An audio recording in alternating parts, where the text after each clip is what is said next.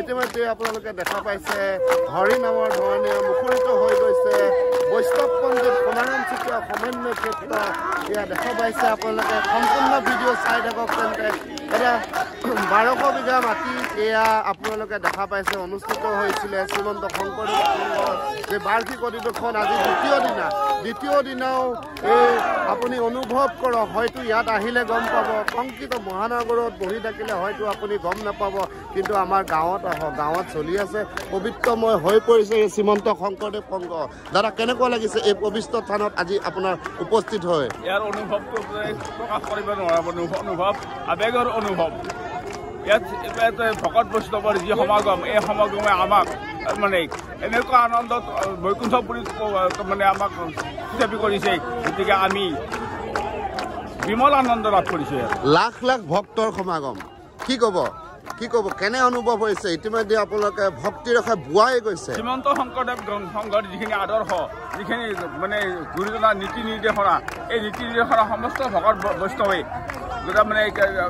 আকোৱালি লৈছে গতিকে ইয়াত সমস্ত অসমৰ সমস্ত ৰাইজে আহি ইয়াত উপস্থিত হৈ যিখিনি বিমল আনন্দ লাভ কৰিছে জীৱনৰ যিটো সাফল্য লাভ কৰিছে ইয়াত ইয়াৰ বিপৰীতে মানে অন্য হয়তো অনুষ্ঠানত সেইটো আনন্দ লাভ কৰিব নোৱাৰিব দিন ৰাতি একাকাৰ কৰি আপোনালোকে নিজকে শ্ৰমদান কৰি আহি ইয়াত উপস্থিত হৈছে কেনেকুৱা লাগিছে নিজকে আজি আমি আমাৰ জীৱনটো সাফল্য হোৱা বুলি আমি অনুভৱ কৰিছোঁ এই মানৱ জীৱন এনেকুৱা এটা জীৱন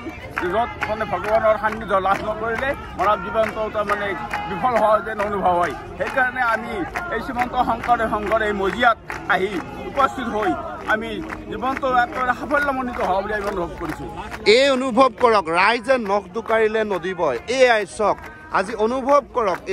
কেনেকুৱা লাগিছে দাদা ইয়াত আহি অনুভৱ কেনেকুৱা হৈছে আপোনাৰ একদম সুন্দৰ মানে পৰিৱেশটো মানে দেখিয়ে মানে আমাৰ মানে খল এইবিলাক ত্যাগ কৰিব লগা নিচিনা হৈছে আমি পাহৰি গৈছোঁ মানে ইমান সৌন্দৰ্য